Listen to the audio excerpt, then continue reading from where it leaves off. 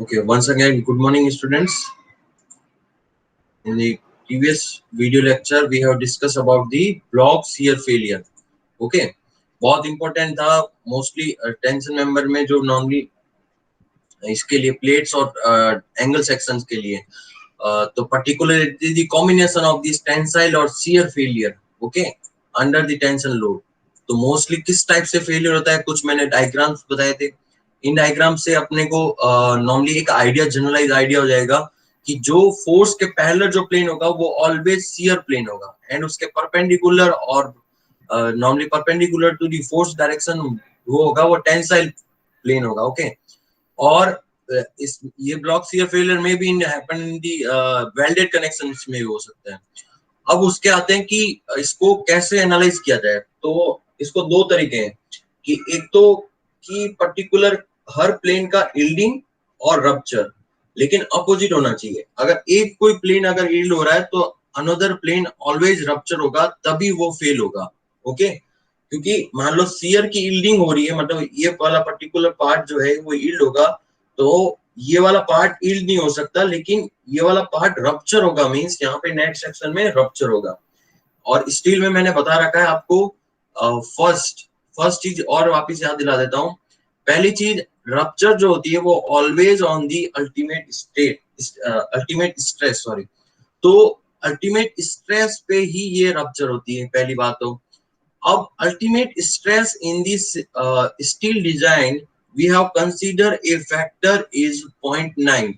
और ये जो 0.9 फैक्टर है ना, ये इसलिए फैक्टर कंसीडर करते हैं कि beyond ultimate stress there is no further stress. Okay, तो इसलिए इस स्ट्रेस को क्या करते हैं, रिड्यूस करते हैं फॉर सेफर साइड.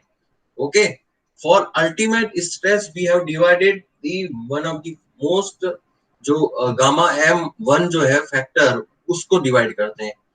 तो ये चीज हमेशा याद रखना, जब तक स्टील की अगर आपने छोटी से छोटी चीजें याद नहीं रखी तो स्टील बहुत हार्ड हो जाती है. स्टील समझ में नहीं आती. काफी इवन कोचिंग करने के बाद में भी स्टील जो सब्जेक्ट है वो हार्ड रहता है. काफी जनों को ऐसा लगता है कि स्टील में अरे यार मैं तो फंस गया, मेरे को पता ही नहीं चले. तो दूसरा है यील्डिंग. अब यील्डिंग में याद रखना ऑलवेज डिवाइड होता है गामा M0. ओके, अब तीसरी चीज है शियर. जब भी शियर आए तो ये क्या है, एक्सियल स्ट्रेस है. इसको क्या बोलते हैं, axial stress. Axial stress means एक बार ले ली, जैसे अपन ने माइल्ड स्टील्स का बताया था, तो टेंशन में इसको टी फोर्स एक्सर्ट करते हैं और जहां पे यील्ड होता है वो स्ट्रेस नोट डाउन कर लेते हैं. बट ये हो गई एक्सियल स्ट्रेस. इसको कन्वर्ट करना है इनटू दी शियर स्ट्रेस. तो always remember, shear stress are always divided by a factor √3. Okay, ये कहां से आया, ये √3 फैक्टर है वो जो आपकी मैक्सिमम डिस्टॉर्शन एनर्जी जो थ्योरी है, फेलियर थ्योरी जो नॉर्मली आपने सोम में पढ़ी होगी, उसके कारण आया. मैं बताऊंगा कि √3 कैसे आता है. फिर उसके बाद में Fy और गामा M0. अब आते हैं ब्लॉक शियर फेलियर में. ब्लॉक शियर फेलियर में ऑलवेज रिमेंबर कि दो प्लेन कंसीडर करते हैं, शियर और टेंशन. पहले शियर में यील्डिंग, फिर टेंशन में रप्चर. तो शियर की yielding always in the cross section area, rupture होता है always in the net section area. Okay, फिर कंसीडर आके नेक्स्ट है सेकंड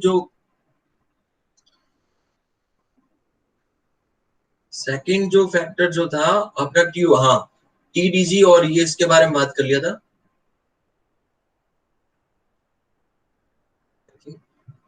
हाँ, तो उसके बाद में है आपका शियर रप्चर और टेंसाइल यील्डिंग. अब शियर रप्चर और टेंसाइल यील्डिंग के लिए वापस यही करना है. अगर रप्चर होता है किसमें, अल्टीमेट स्ट्रेस में, तो सबसे पहले अल्टीमेट स्ट्रेस लिखो और शियर में कन्वर्ट करने के लिए √3 से डिवाइड करना पड़ेगा. ओके, फिर VN और फिर उसके बाद में ATG है ग्रॉस एरिया ऑफ दी. और इस तरह इन दोनों जो नॉर्मली ब्लॉक शियर स्ट्रेंथ है TDB1 और B2, इसमें जो मिनिमम वैल्यू आएगी उसमें कंसीडर करेंगे कि वो वाला सेक्शन आपका ब्लॉक शियर फेलियर है. Okay sir. यस सर, वो स्लाइड फिर से बताना, लास्ट वाली. एक minute just.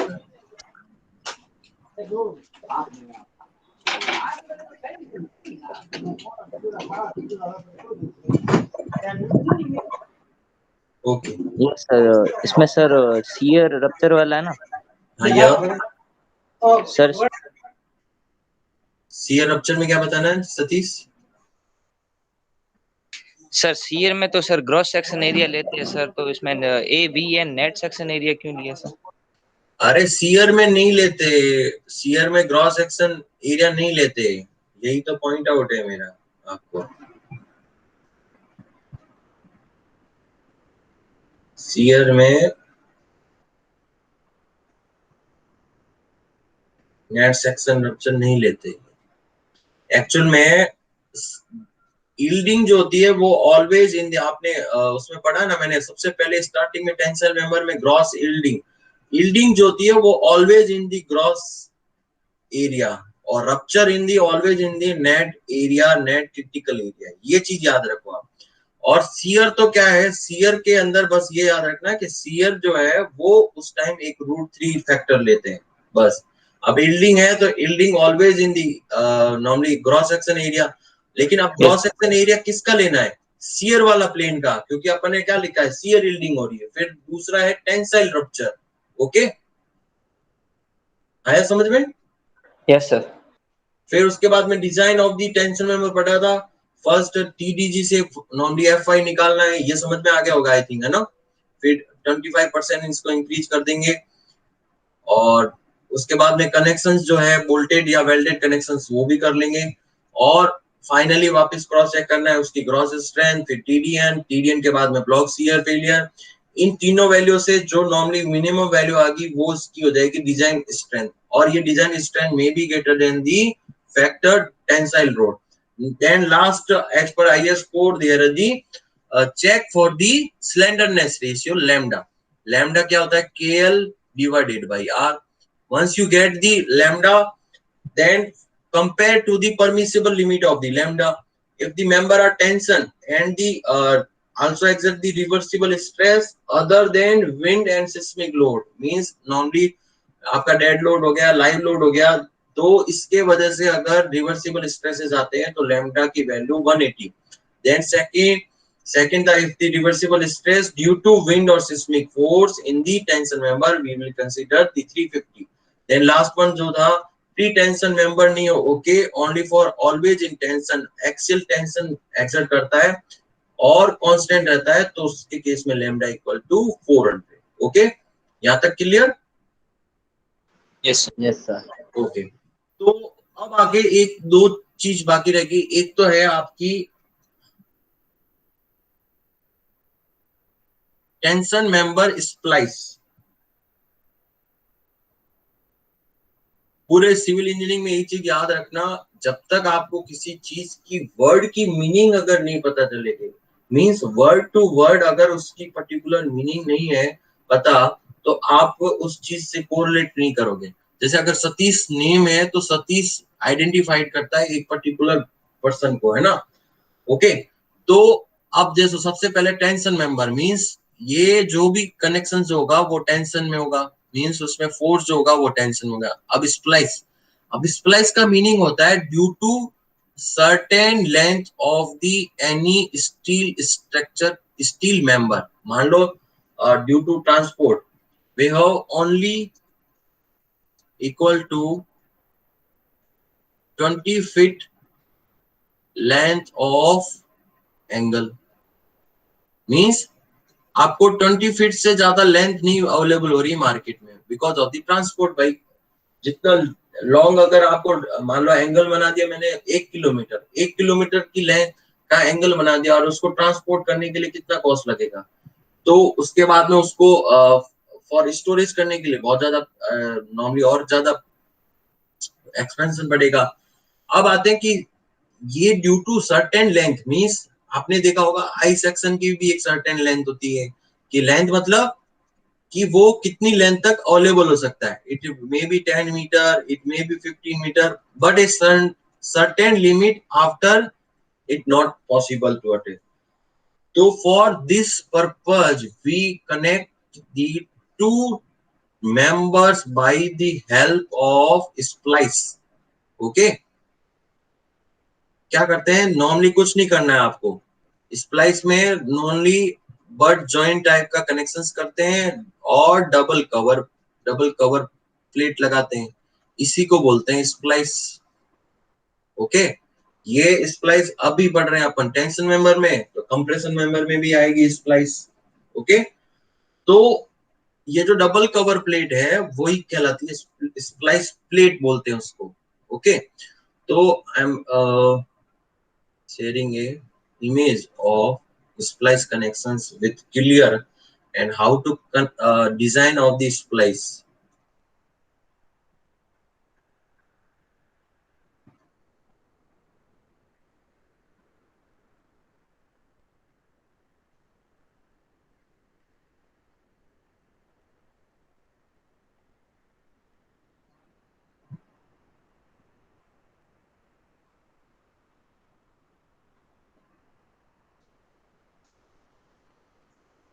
Just wait a second.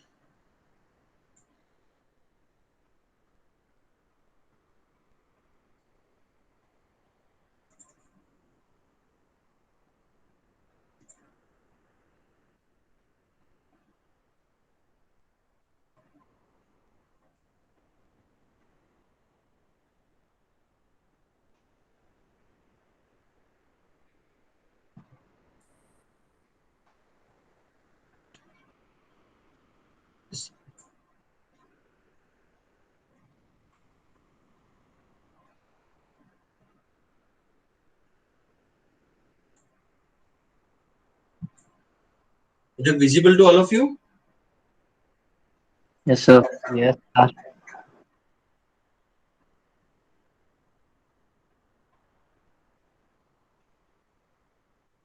Just wait a second.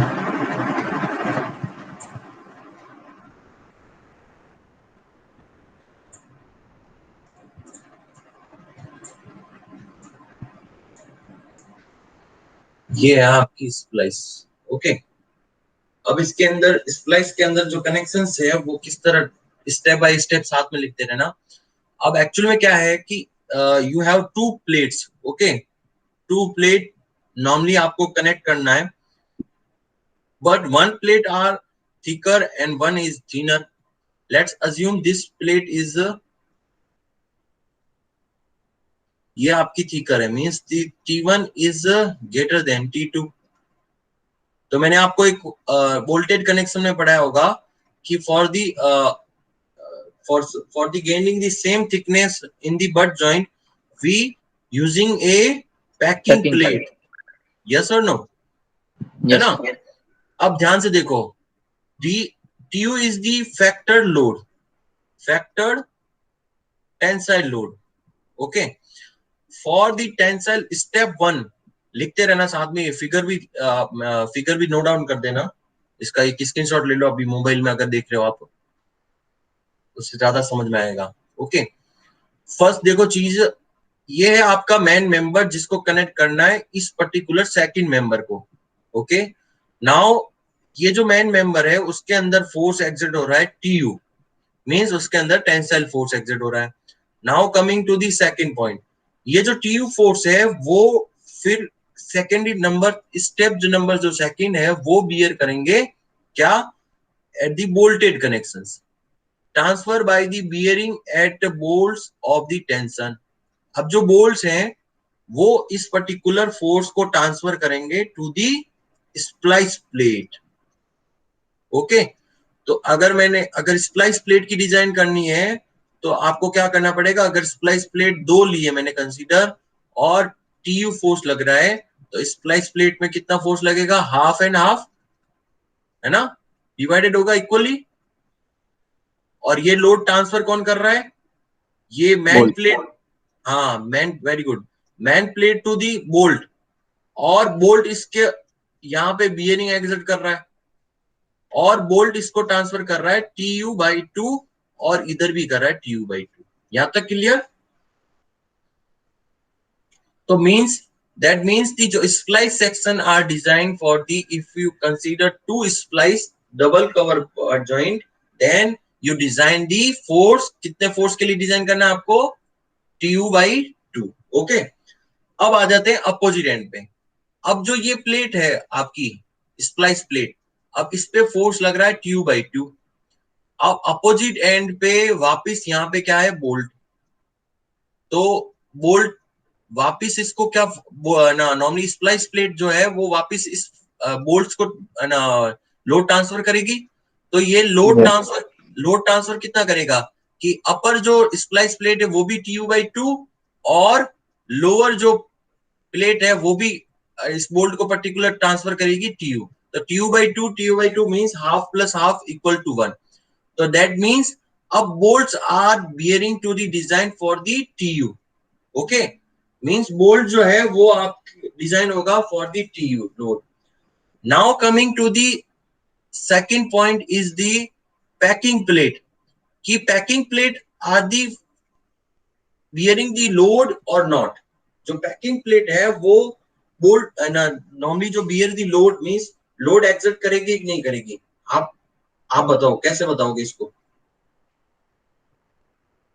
सोच के बताओ कि ये जो पैकिंग प्लेट अपन ने इसके अंदर इंसर्ट की है ये लोड बियर करेगी कि नहीं करेगी। बोल्ट्स को लोड ट्रांसफर करेगी। करेगी मैं sir. I am asking to the only for packing plate की बात कर रहा हूं। ओके, करेगी सर। कैसे करेगी। सर बोल्ट है ना वो पैकिंग प्लेट को सप्लाई करेंगे ना वापस, लोड लेकिन लेंगे ना। लेकिन पैकिंग प्लेट तो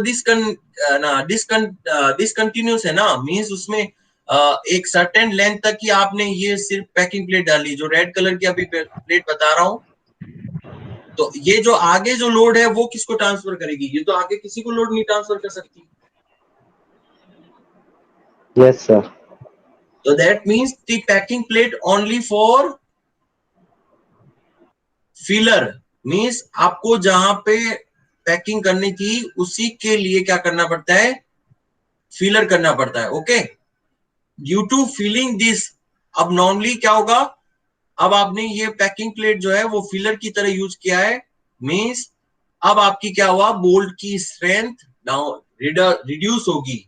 और very famous correction for the packing plate is beta P K, voltage connection पढ़ाया था ना। Yes sir. तो वो बीटा जो है वो क्या है, इसका रिडक्शन फैक्टर है। रिडक्शन फैक्टर मींस कि आपकी due to filler means packing plate fill कर रहे हो तो बोल्ट की जो स्ट्रेंथ जो है वो रिड्यूस होगी।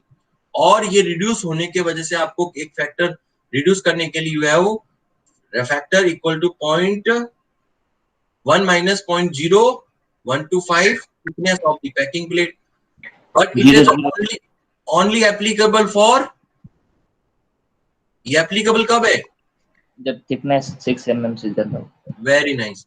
तो 6 mm से जब ज्यादा हो then you consider this particular packing plate correction. Okay, now coming to the जो सेकंड अपनी मेन प्लेट है उस मतलब थिनर जो प्लेट है। अब क्या हो रहा है कि ड्यू टू फोर्स जो है बोल्ट जो है वो फोर्स ट्रांसफर करेगा टू दी दिस पर्टिकुलर, इसीलिए TU बैलेंस होगा इसके सामने, TU इसके ऊपर एक्सेप्ट कर रहा है और TU इसके ऊपर एक्सेप्ट कर रहा है। आ गया स्टेप सब में, समझ में आ गया स्प्लाइस का। Yes sir. तो splice are design for the equally force TU/2। अब स्प्लाइस को डिजाइन करने के लिए क्या करना पड़ेगा, TDG वाला फॉर्मूला लगाओ और TDN का फॉर्मूला लगाओ कि उसके अंदर बोल्टेड कनेक्शन भी है ऊपर की तरफ। और एज ए मेंबर कैसे डिजाइन होगा, टेंशन मेंबर, ये ब्लॉक शियर भी हो सकता है इसके अंदर। तो splice are designed at the in the tension force as same like a tension member। Okay, but ये जो डिजाइन करने के लिए आपको क्या करना पड़ेगा, फोर्स को रिजोल्व करना पड़ेगा, इक्वली डिस्ट्रीब्यूट करना पड़ेगा for the double side. Okay, just wait a second.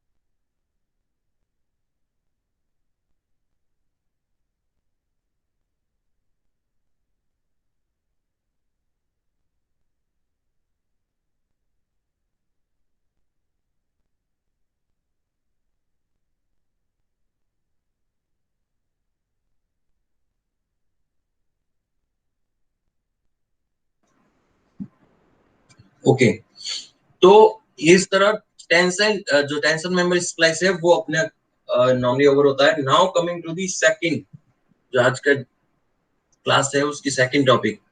साथ में ना अभी जिसके पास अभी कैल्सी नहीं है वो कैल्सी लेके आ जाना ना। जस्ट इसके बाद में एक न्यूमेरिकल क्वेश्चन करेंगे, बहुत अच्छा क्वेश्चन रहेगा।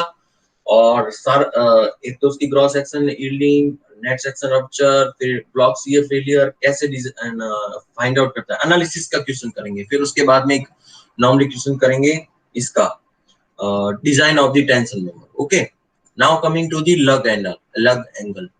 एक्चुअल में क्या होता है लग एंगल? ये इतना बहुत फेमस क्वेश्चन होता है फॉर द इंटरव्यू और फॉर द एग्जामिनेशन पर्पज, क्योंकि ये जनरली भूल जाते हैं लोग। याद रखना कैसे लग एंगल्स की बात में करना है, मींस कि ये कुछ ना कुछ एक टाइप का एंगल होगा। ओके, फर्स्ट ये तो एंगल होगा, तो इसमें क्या है particular in the conventional time, means जो पास्ट प्रीवियस टाइम्स में क्या होता था, you have connected A angle section two the gazette plate. Okay, और for the force TU, also the force for the TU. Now coming to the point is you have a number of bolts are very large, means the connection length are very long, means ये आपकी gazette plate में और ये angle जो है section उसके अंदर अगर मैं बोल्ट एग्जिट करूं तो ये जो बोल्ट्स हैं वो वेरी लार्ज। ओके, तो इसके वजह से क्या होगा, ये पर्टिकुलर जो लेंथ है कनेक्शन, ये लेंथ भी चाहिए। That means you have gusset plate length increase चाहिए due to number of the bolts, और एंगल सेक्शन की भी लेंथ क्या होगी, वो भी ज्यादा चाहिए। ओके, फॉर तो इसके लिए क्या हुआ कि पर्टिकुलर एक तो गजट प्लेट, मतलब यहां से यहां तक इतनी लेंथ की गजट प्लेट भी चाहिए, मींस वो एडिशनल कॉस्ट। फिर सेकंड एंगल के कॉस्ट, फिर उसके बाद में करेक्शंस। ये जो बोल्टेड कनेक्शन का जब लॉन्ग जॉइंट होता है beta long joint LJ sorry, तो बीटा एलजे जो है वो क्या करेगा, सारे नॉर्मली जो बोल्ट्स है उसकी रिडक्शन करेगा स्ट्रेंथ। तो due to this many of the factors we have in another method for reducing the length of connection, और ये मोस्टली किस केस में होता है, for the heavily loaded tension member. भाई टीयू की वैल्यू ज्यादा होगी तभी तो ये नंबर ऑफ बोल्ट्स और लेंथ ऑफ कनेक्शन ज्यादा आएगी। यस और no? Yes sir. That means कि अगर आप हेवीली लोडेड के लिए डिजाइन करोगे for tension force, that means directly reflected length of the connections, number of the bolts and length of the gusset plate, length of the angle section are more. Okay, then to the saving the gudget plate and angle section, we have include additional angle which called the lug angle. Okay, उसके लिए क्या करते हैं अपन, simple ये है angle section.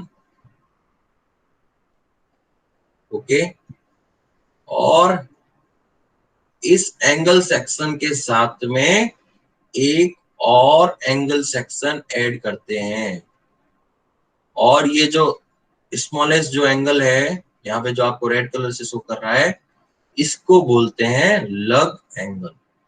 आया समझ में? Are you getting my point?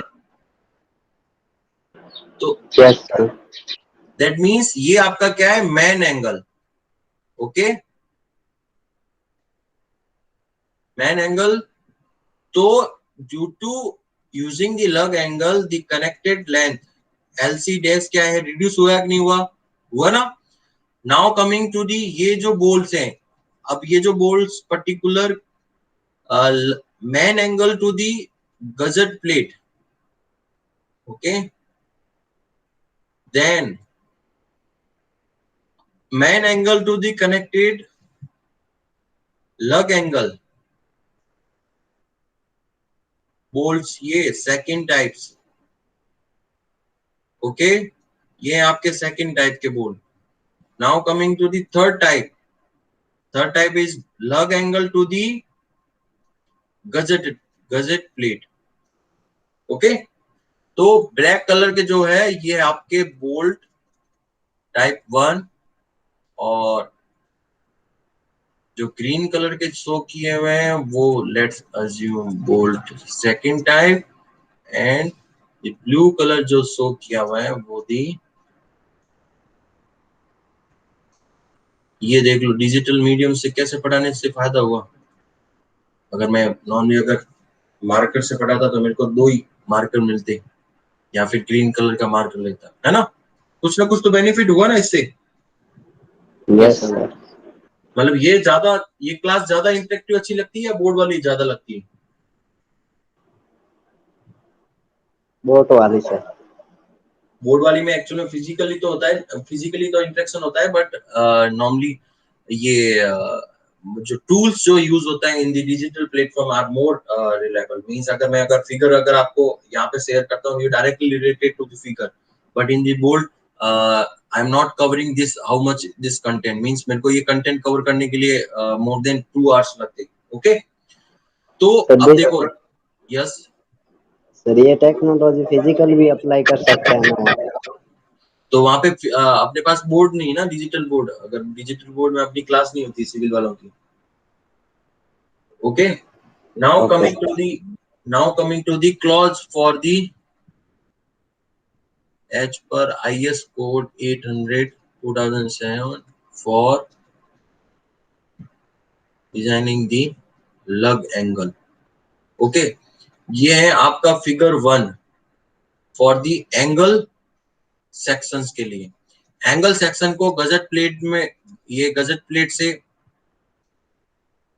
Connect करना है, तो using a lug angle. Now coming to the second है for the if you have channel section, क्या है आपके पास चैनल सेक्शन, तो चैनल सेक्शंस में क्या होगा, you provide both side lug angle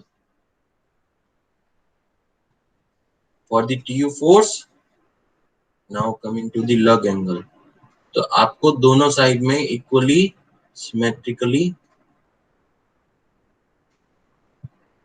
लग एंगल प्रोवाइड करना है, ओके, क्लियर। यस।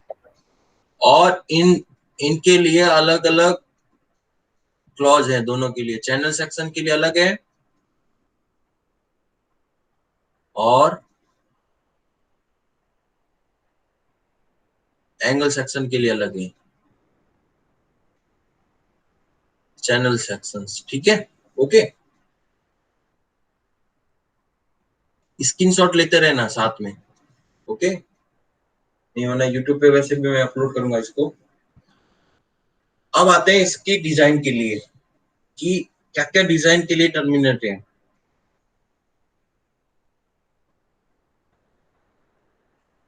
इसकी नॉर्मली जो कनेक्शन जो है लग एंगल का, वो इस मेन मेंबर के टर्मिनेट होने से यहां से स्टार्ट होता है और इसके डेड एंड तक होता है, ओके। और सेकंड जो है प्रिफरली जो नॉर्मली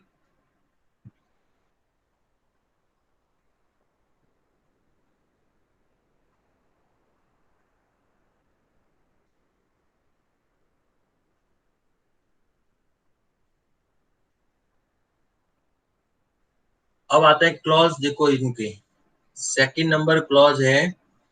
फर्स्ट तो क्या है, प्रिफरेबली यहाँ से स्टार्टिंग पॉइंट, जो बोल्ट नंबर जो 2 टाइप्स के जो ग्रीन टाइप के है ना,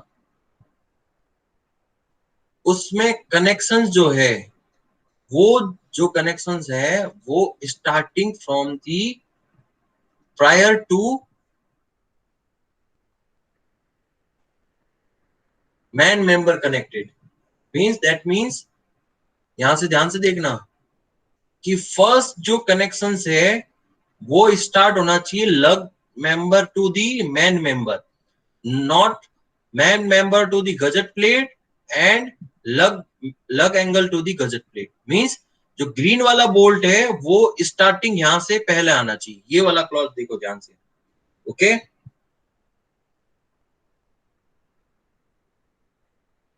the connection of lug angle, साथ साथ में लिखते रहना, the connection of the lug angle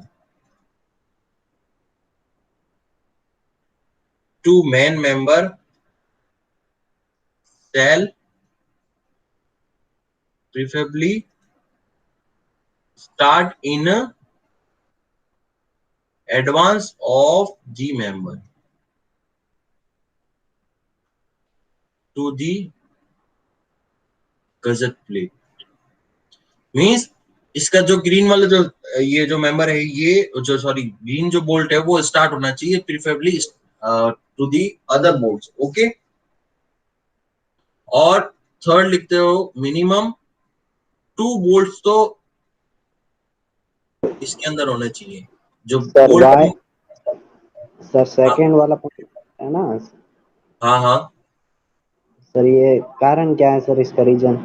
इसका कारण ये है कि if you want to the force resolve, that means ये जो अगर टीयू जो फोर्स है वो TU force transfer to the lug angle, means अगर टीयू फोर्स को आपको लग एंगल में ट्रांसफर करना है तो वो कैसे ट्रांसफर होता है उसके अकॉर्डिंग आपको फर्स्ट प्रीफरेबली यूज करना है कि लग एंगल कैसे। अगर मैंने टीयू, अब एक्चुअल में क्या ये टीयू जो है फोर्स लग रहा है इस पूरे मेंबर पे, एंगल सेक्शन पे। अब एंगल सेक्शन का ये है outstanding leg. Okay, outstanding leg ये, और ये है इसका कनेक्टेड लेग। अब इन दोनों दोनों दोनों जो लेग है इसके अंदर फोर्स रिजॉल्व होगा, मींस टीयू डिवाइड होगा इसके अंदर और इसके अंदर। अगर ये इक्वल लेंथ के हैं और इक्वल थिकनेस के हैं तो डिवाइड बाय 2। दैट मींस इस वाले फोर्स, इस वाले जो लेग है उसके अंदर फोर्स लग रहा है TU/2 और इसके अंदर लग रहा है TU/2। अब ड्यू टू क्या है, लग एंगल, आपको फर्स्ट फोर्स जो है वो लग एंगल में भी ट्रांसफर करना चाहते हो। तो अगर मैंने बोल्ट, मान लो ये वाला बोल्ट यहाँ लगा दिया तो दैट मींस टीयू जो फोर्स है पहले ये वाले बोल्ट से एग्जिट करेंगे, और ये बोल्ट एग्जिट मतलब ये बोल्ट फेल होने के बाद में क्या ट्रांसफर होगा, लग एंगल में। लेकिन अगर मैंने इसको हटा दिया, मान लो ये मेन बोल्ट हटा दिया और लग एंगल के अंदर एग्जिट किया, तो अब क्या होगा, लग एंगल के अंदर फोर्स आया और फोर्स ट्रांसफर हो रहा है दोनों मेंबर के अंदर। यस और no? Yes sir. Okay, yes sir. और मिनिमम जो बोल्ट नंबर 1 है, ब्लैक कलर के जो बोल्ट है वो मिनिमम चाहिए, 2 बोल्ट तो चाहिए। Okay, now coming to the main interesting point है, वो है आपका 4th नंबर। ओके,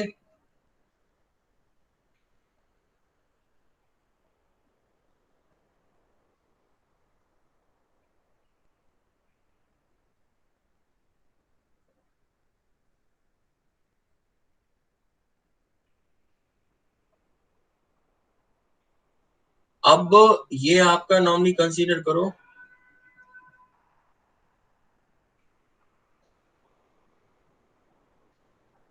ये है particular man member. Okay, man member का इसको बोलते हैं आउटस्टैंडिंग लेग, ये कनेक्टेड लेग। अब इनके जो एरिया जो है वो कंसीडर करो कैसे, the whole area of the member shall be taken as the effective rather than the net effective section। okay, effective area लेना है अपन इसको। effective area means इसका ये वाला area center to center line वाला और इसके सेंटर टू सेंटर लेना है। इसके ऊपर एक न्यूमेरिकल क्वेश्चन करेंगे वो और ज्यादा क्लियर कर देगा। ये मान लो A1 एरिया, ये है A2 एरिया। ओके, और इसके ऊपर जो फोर्स लग रहा था वो है TU। तो F1 मतलब कनेक्टेड लेग में फोर्स आएगा TU divided by total area A1 plus A2 multiply by A1। Okay, सबसे पहले ये निकालना है। और F2 equal to TU divided by A1 plus A2 multiply by A2। Okay, now coming to the, ये force निकालने के बाद में अब आपको याद रखना है क्या, एच पर IS कोड 800 2007, अभी मैंने ओपन नहीं किया एक्चुअल में, मैं क्लॉज बता दूंगा उसमें, क्लॉज नंबर जो है, ये लाइन एक बार ऐड कर दो उसके बाद मैं बताता हूँ। लाइन देखो, दी strength of lug angles and fastener connected lug angle to the gusset plate should be at least 20% more than the force in outstanding leg. Okay, इस लाइन का मीनिंग समझाता हूं मैं कि आपका strength of lug angles and fastener connected lug angle to the gusseted plate should be at least 20% more than the force in the outstanding. Means जो bolts number 1, साथ में बहुत इंपॉर्टेंट पॉइंट है, बोल्ट्स नंबर जो 1 है are design for 1.2 times of the outstanding में कितना force लग रहा है, F1 या F2 क्या कंसीडर किया था अपन ने, F2, वेरी गुड। तो उसका कितना 20% इंक्रीज करना है ना, मोर देन, तो F2, that means 1.2 times of the F2 के लिए डिजाइन होंगे bolt number 1। Okay, clear? Yes, sir. bolt number 2 are designed for directly F2, क्योंकि उसके अंदर तो फोर्स आ रहा है F2, इसके अंदर आ रहा है F2 फोर्स, इसके अंदर आ रहा है F1 फोर्स, और इसके अंदर आ रहा है 1.2 times of the F2 force. इसके लिए डिजाइन होगा।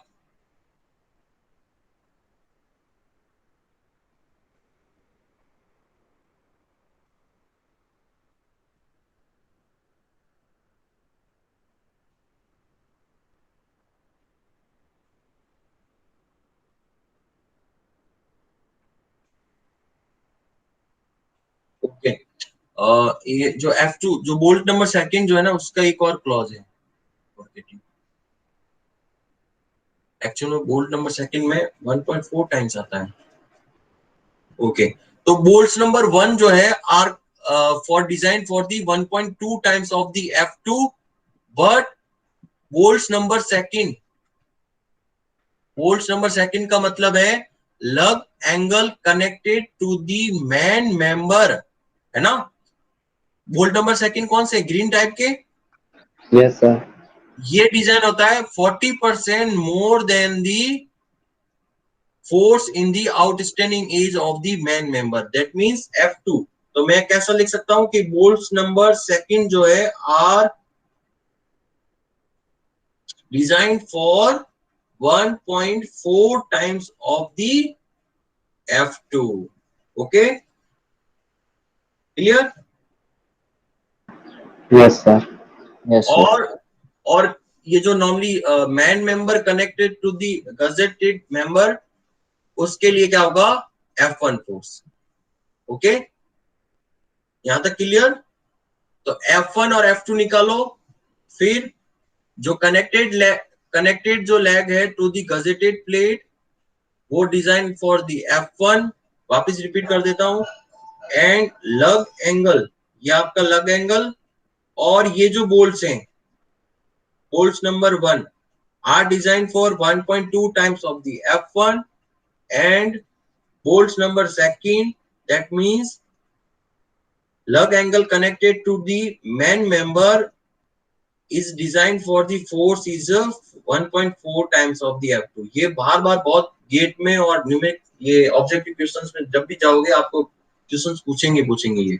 Okay, now coming to the next figure is channel section to the lug में जो है लग एंगल से उसके लिए। तो इसके लिए क्लॉज जो है वो ये याद रखना कि लग एंगल जो है वो सिमेट्रिकली प्लेस होने चाहिए। ऐसा नहीं है कि सिमेट्रिकली प्लेस, दोनों का ओरिएंटेशन है वो सेम होना चाहिए। फर्स्ट, इसमें भी यही क्लॉज है। ये जो मैन मेंबर जो है कनेक्टेड के लिए जो बोल्ट्स हैं वो are before preferably to the another bolts. ये वाले जो बोल्ट्स हैं ये डिजाइन होना चाहिए, मींस इनका लोकेशन जो है पहले आना चाहिए। फिर डिजाइन करना है अब आपको ये जो lug angle to the gusseted plate ये करना है 1.1 टाइम्स, और lug member to the normally attachment to ये वाला मेंबर। मींस इसके केस में मैं अगर बोल्ट 1 जो है वो डिजाइन होगा 1.1 times of the F1 and bolt second number design for the 1.2 times of दी ये सॉरी F2 जो अपन ने कनेक्टेड किया था ना, इसके अंदर ये केस याद रखो। इसके अंदर है फोर्स F1, इसके अंदर है F2, इसके अंदर भी F2 है ना। इन दोनों का एरिया मेजर कर लेना, वो है A2, इसका एरिया है A1। F1 निकालने के लिए total TU by A1 plus A2 multiply by A1, और F2 निकालने के लिए TU divided by A1 plus A2 multiply by A2। अब F2 निकल गया। F2 निकलने के बाद में ये वाले जो बोल्ट्स हैं वो है बोल्ट्स नंबर 1, और ये वाले जो बोल्ट्स हैं वो है बोल्ट नंबर 2। ओके, और बोल्ट नंबर 1 जो है ये वाले जो डिजाइन करने 1.1 टाइम्स ऑफ दी F2, इसमें जो फोर्स था, और ये जो बोल्ट नंबर 2 जो है डिजाइन करने के लिए 1.2 times of the F2। Okay, ये है आपका चैनल सेक्शन। और एंगल सेक्शन में कितना था 1.2 टाइम्स ऑफ दी F2 और 1.4 times of the F2। Yes और no, clear? Yes. Yes sir. Confuse नहीं होना इसमें। Now coming to the numerical questions, very interesting questions रहेगा कि with the scientific calc. First I am drawing a particular connections. Okay, this will be your tensile force and member are connected just like 4 bolts. Okay, now coming to the other distance, साथ साथ में बोलते रहना। ये जो इन दोनों के बीच में जो डिस्टेंस है इसको क्या बोलेंगे? Gauge. Very good, gauge length.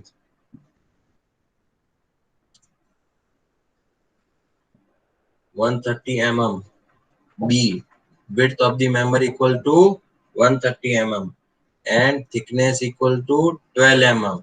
That means 130 multiply by ये आपकी प्लेट की कनेक्टेड जो प्लेट है उसकी। Okay, and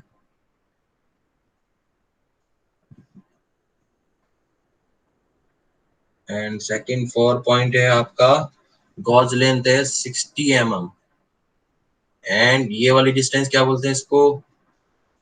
pitch. Distance. ये है 60 mm।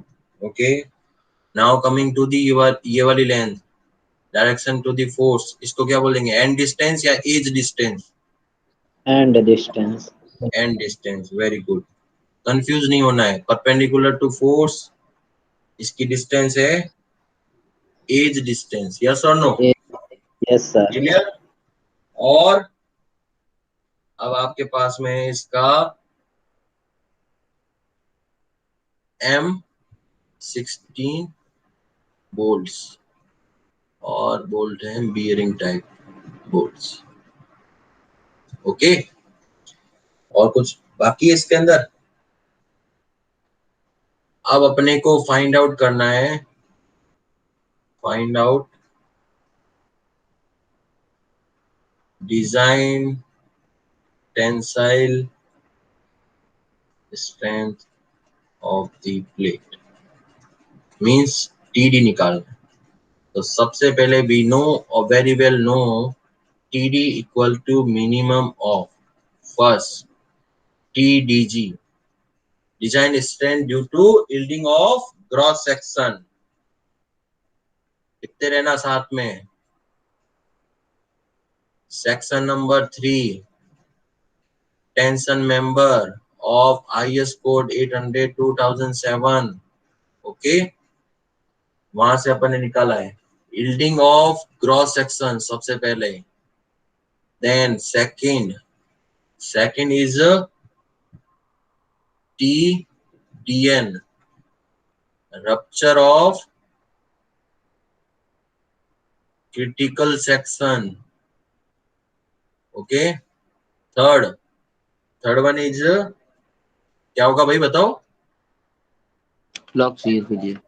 हाँ, the block shear strength failure के अंदर जो है, इसके अंदर जो मिनिमम चीज होगी वो निकालनी है अपने को। क्या आई थिंक ये रहा, मिल गया।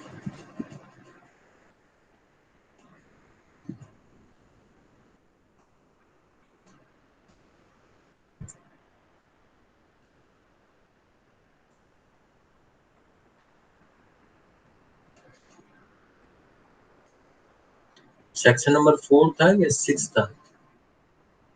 ये रहा, सेक्शन नंबर 6, सॉरी उसमें 3 की जगह 6 लिख देना।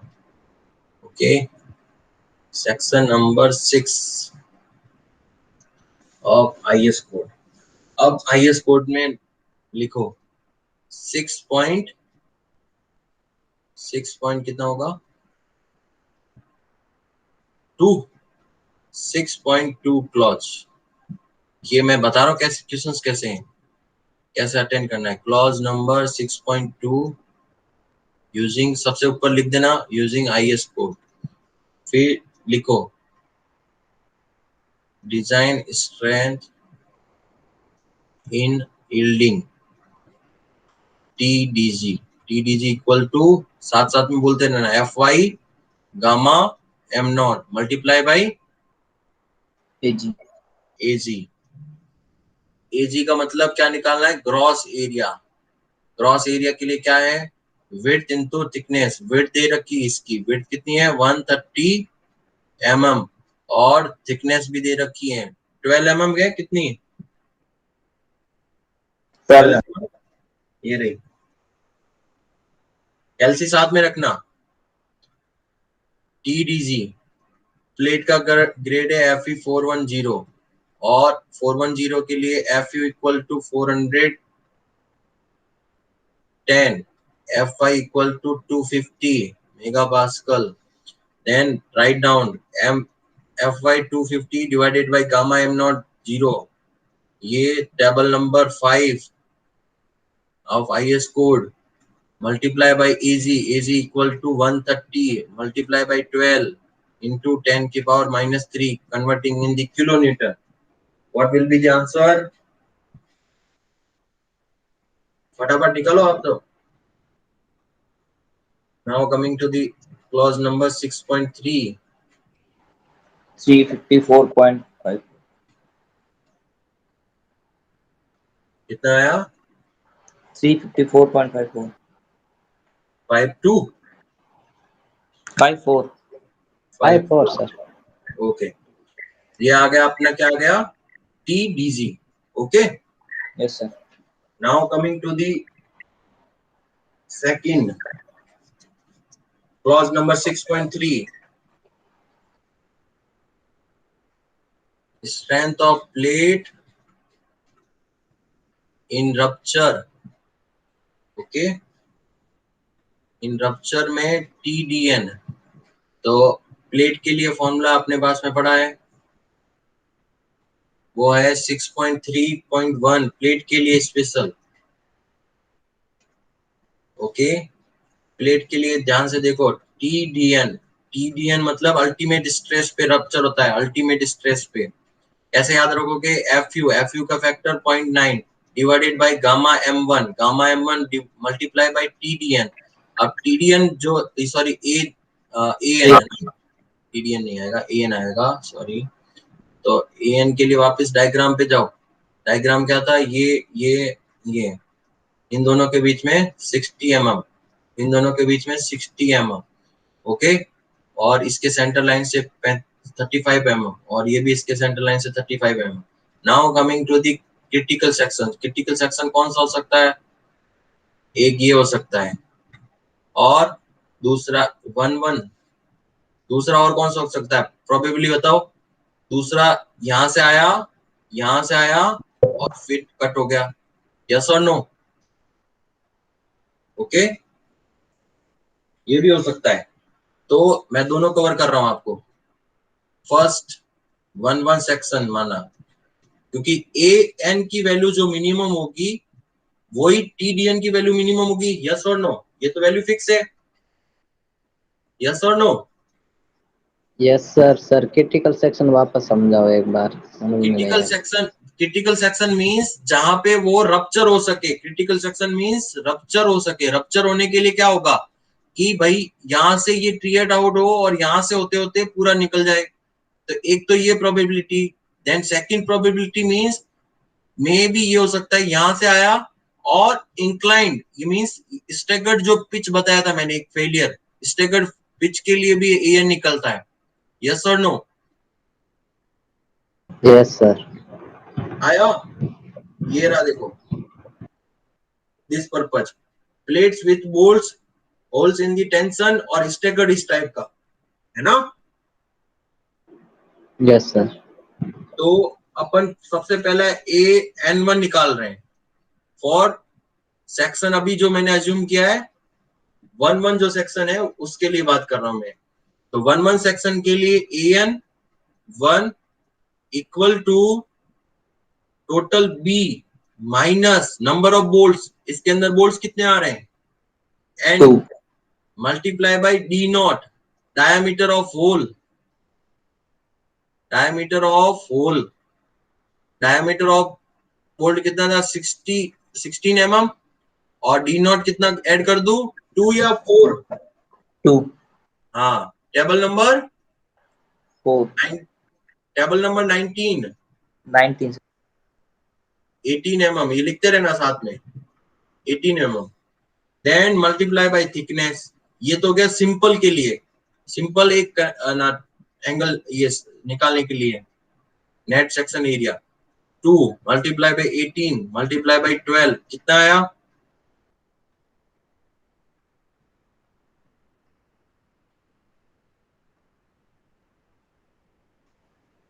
कितना आया ये answer? 1128 1000 128 128, sorry, mm square. mm square। Very good. Now coming to the second 2-2, उसके लिए an इक्वल टू क्या है? b minus N D naught plus summation of the p square divided by 4 times of the g, ये वाला formula 4 times of the gi और multiply कर दो t से। Okay, now coming to the p। Pitch कितना है यहाँ पे? 60 mm, और इसके अंदर g कितना भी है? वो भी 60 mm। इस वाले एक्सप्रेशन की वैल्यू निकालो 130 माइनस। अब इस वाले सेक्शन में याद रखना कितने बोल्ट आ रहे हैं। ये यहाँ पे कटा एक कट, तो नंबर 1, फिर नंबर 2, फिर 0, तो 2 बोल्ट इसके अंदर आए। 18 plus summation of the P square 4/g। अभी सिर्फ स्टेगर्ड जो पिच है वो कौन सी आ रही है? सिर्फ एक आ रही है ना, तो एक आ रही है, तो समेशन हटा दूं मैं, तो 60 का square divided by 60 multiply by thickness 12 कितना आया सतीश? 60 से 60 कट आउट हो जाएगा, ये 15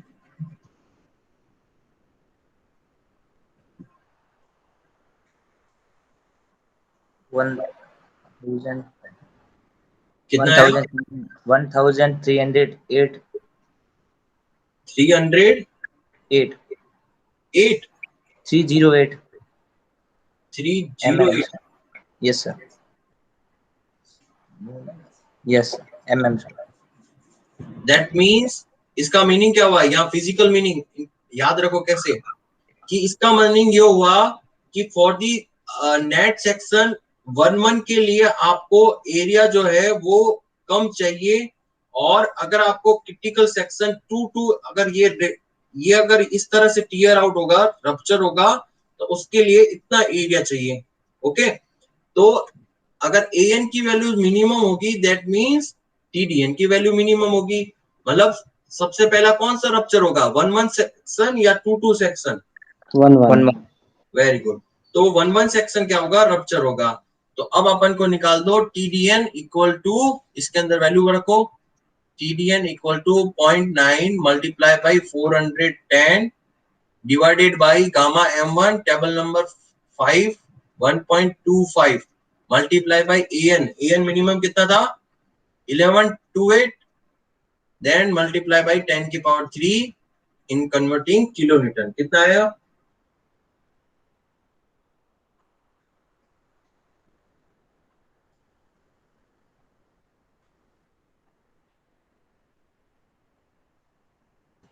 332.98 किलोमीटर 332.98 किलोमीटर। ओके, ये आपका सेकेंड नंबर।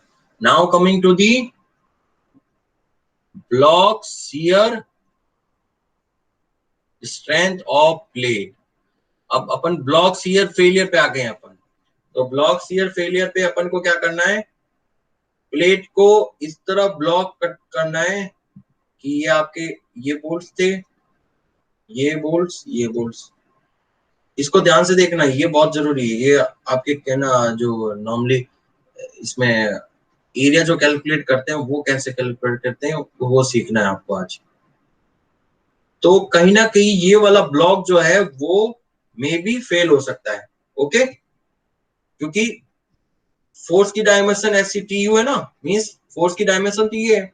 अब चाहे इसको यहां से कंसीडर करो तो भी यही आएगा क्योंकि इक्वल डिस्टेंस है। ओके, तो now coming to the I am drawing 1 point, इसको ये second point and third point and 4 point. तो जो इसका नॉर्मली जो ब्लॉक शियर फेलियर है, जो block shear failure will occur along the section 1, 2, 3, 4। Okay, अब आते हैं अपन इसके बारे में, फॉर्मूले के बारे में। तो TDV1 सबसे पहले क्या कराना है, shear yielding plus net section tensile rupture. पहली बात शियर कौन सा लेना है, ये 1 से 2 और 3 से 4 वाला एरिया। ओके, ये आपका शियर प्लेन सबसे पहले पहचानो, ये आपका क्या है, शियर प्लेन। शियर और ये है आपके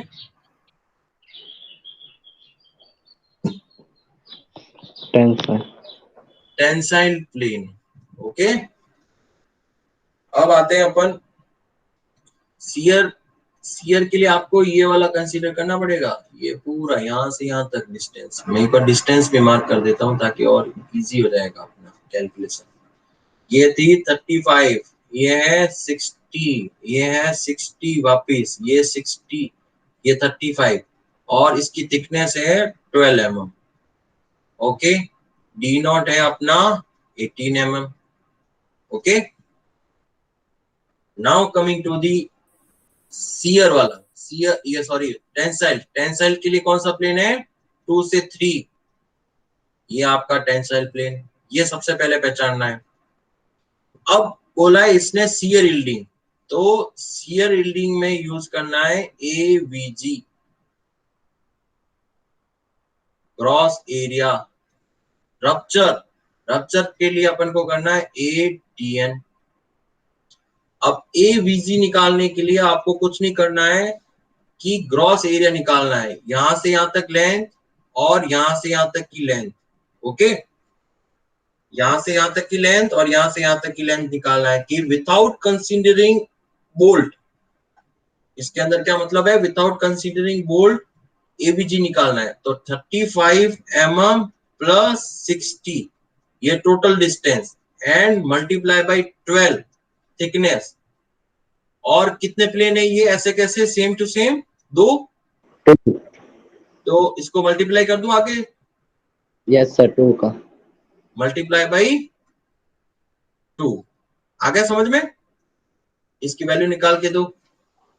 2280 2080 mm square। Okay, now coming to the ATN। ATN की वैल्यू देखो, ये है आपका इस टाइप से,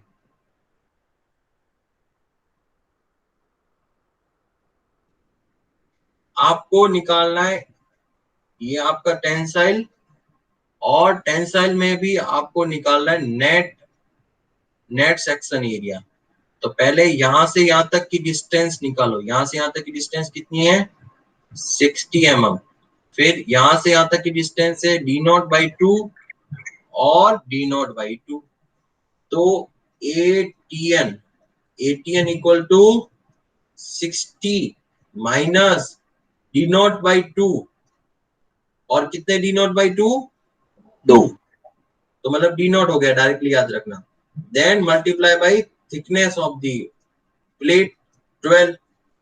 कितना आया ये,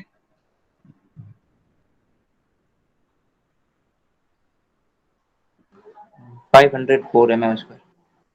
504 mm स्क्वायर। तो अब आपके TDB1 जो है उसके लिए एरिया आपने कैलकुलेट कर दिया। इसी के पैरेलल साथ में लिखना एवीजी हो गया। अब आपको AVTN निकालना है, नेट एरिया निकालना है। तो नेट एरिया निकालने के लिए इसके अंदर एक तो क्या रिड्यूस करना है, d0। दूसरा रिड्यूस करना है क्या, d0/2 या d0। नेट एरिया के लिए, सीयर के नेट एरिया के लिए क्या करना है, तो d0 पूरा, और उसके सेंटर तक पहुंच रहा है ये। तो यहां से यहां तक डिस्टेंस इसकी 35.6095 mm, और ये यहां से डिस्टेंस है d0/2। ऐसा बहुत मुश्किल होगा आपको समझाने वाला ये, इस टाइप से बुक में भी नहीं होगा ये। तो d0 हो गया इसका एरिया, d0/2 ये एरिया। तो नेट एरिया निकालने के लिए अपन को क्या कंसीडर करना है, ये वाला, बस एक ये और ये। तो इसके लिए क्या कर दूं, 2 टाइम्स तो मैंने कर दिया क्योंकि सेम टू सेम वहां पे टोटल है थिकनेस 95 mm। उसमें से कितने नंबर ऑफ बोल्ट्स घटाऊं, 2 1 कंप्लीट है और एक हाफ है। हाँ 1 कंप्लीट और एक half, 1.5 times of the d0। Yes और नो, यस यस सर। तो 1.5 times of the d0 means 18 और मल्टीप्लाई बाय थिकनेस कितना आया, AVT।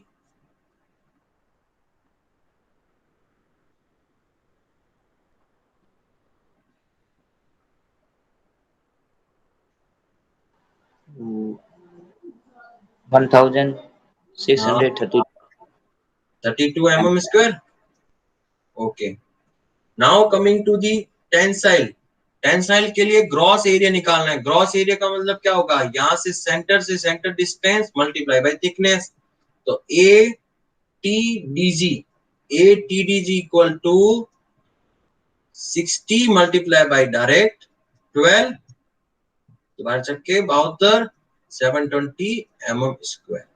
ओके, तो सबसे डिफिकल्ट काम होता है एरिया निकालना। ये अगर आपको आ गया तो आपने जंग फतेह कर ली, मतलब आधी जंग तो इसकी ब्लॉक शियर फेलियर की फतेह कर ली।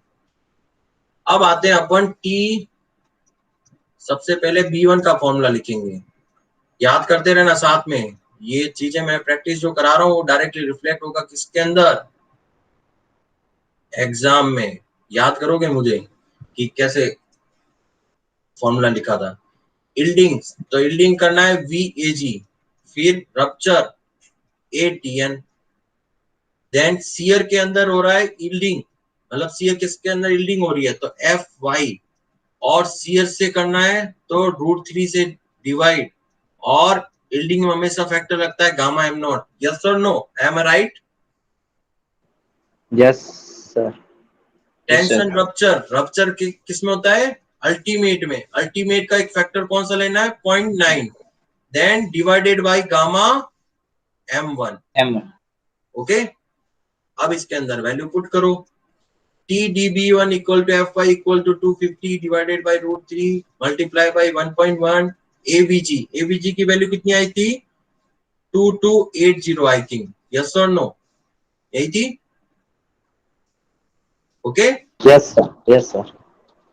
Then plus 0.9 multiply by 410 divided by gamma M1 1.25 ATN। ATN की वैल्यू आई थी 504। Yes sir. 504, और इसको पूरे एक्सप्रेशन को मल्टीप्लाई कर दो 10⁻³ इन कन्वर्टिंग किलो न्यूटन। तो TdB1 की वैल्यू निकालो, कितनी आएगी? एक्सप्रेशन रखो पूरा, तब तक मैं एक्सप्रेशन सेकंड लिखता हूँ। TD वो नेक्स्ट स्लाइड में लिख देता हूँ।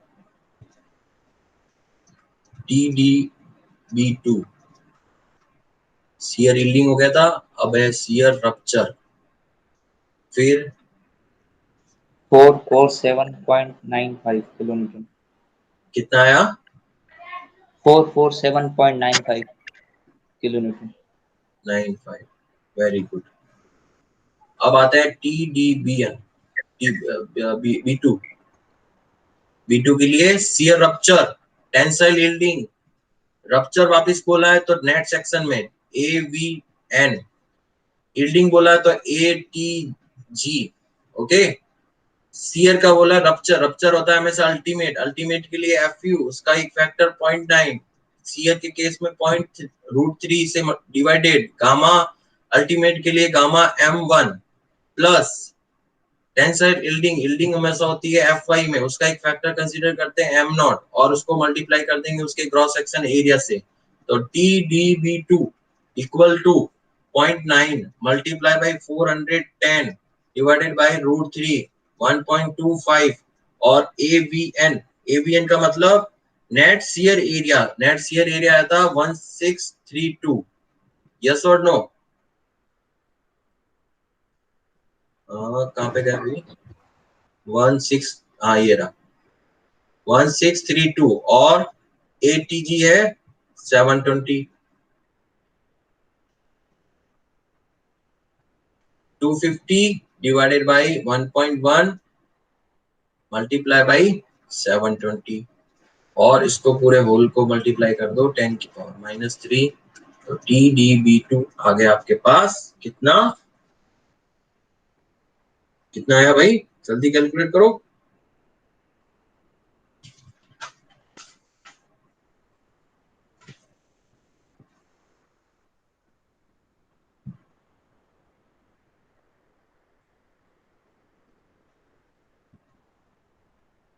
कितना आया आंसर?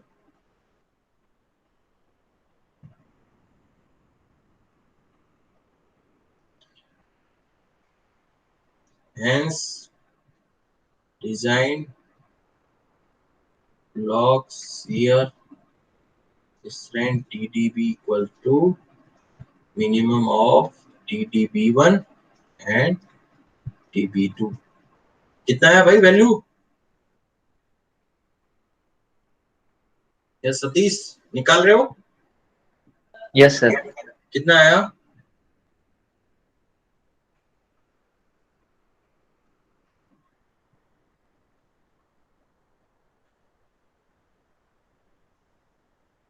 ये आया 447। 441.77। 441.78 441.78। 78। ओके 7-8 कर देते हैं। तो इसमें मिनिमम कौन सा है? TB2 मिनिमम इक्वल टू 447 पहले आया था 95 और 44178 ये, that means TDB equal to 44178 kilo newton. और इसका अगर फिजिकल मीनिंग बताऊं कि ये शियर रप्चर में फेल हो रहा है और टेंसाइल यील्डिंग में फेल हो रहा है ये। ओके, ये जो ब्लॉक है वो किस में फेल हो रहा है? शियर रप्चर और टेंसाइल यील्डिंग, इसके अंदर फेल हो रहा है। अब अपन को पूछा था उसने design tensile strength of the plate, तो TD इक्वल टू अपन ने लिखा था मिनिमम TDG, TDN और TDB। तो मिनिमम लिखो, वैल्यू कितनी है इसकी? इसकी थी 441.78। ओके, वापिस चलते हैं अपन, वापिस चलते हैं कहाँ पे, जहाँ स्टार्टिंग अपन, ये रहा 54.5 354.54। एक तो दूसरी वैल्यू कौन सी थी? TDN की वैल्यू कितनी आई? 33298। ओके,